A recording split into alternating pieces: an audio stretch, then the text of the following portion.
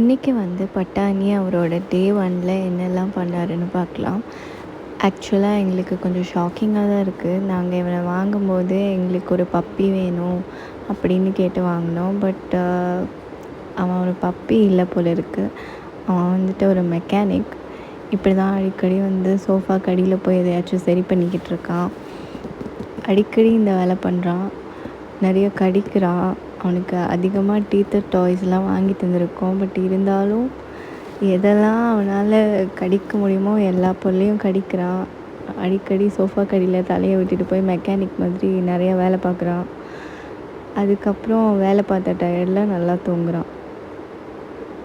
As you can see இப்படி தான் அடிக்கடி சோஃபாக்குள்ளே போய் அடிக்கடி மெக்கானிக் வேலை பார்க்குறாரு. அதுக்கப்புறம் டயர்டாகி எங்கள் வீட்டில் அவராக ஒரு கார்னர் செலக்ட் பண்ணியிருக்காரு. அந்த கார்னரில் போய் படுத்து அழகாக தூங்கிடுறாரு. இவன் பண்ணுறதெல்லாம் பார்க்குறதுக்கு ஆக்சுவலி கொஞ்சம் க்யூட்டாக தான் இருக்குது.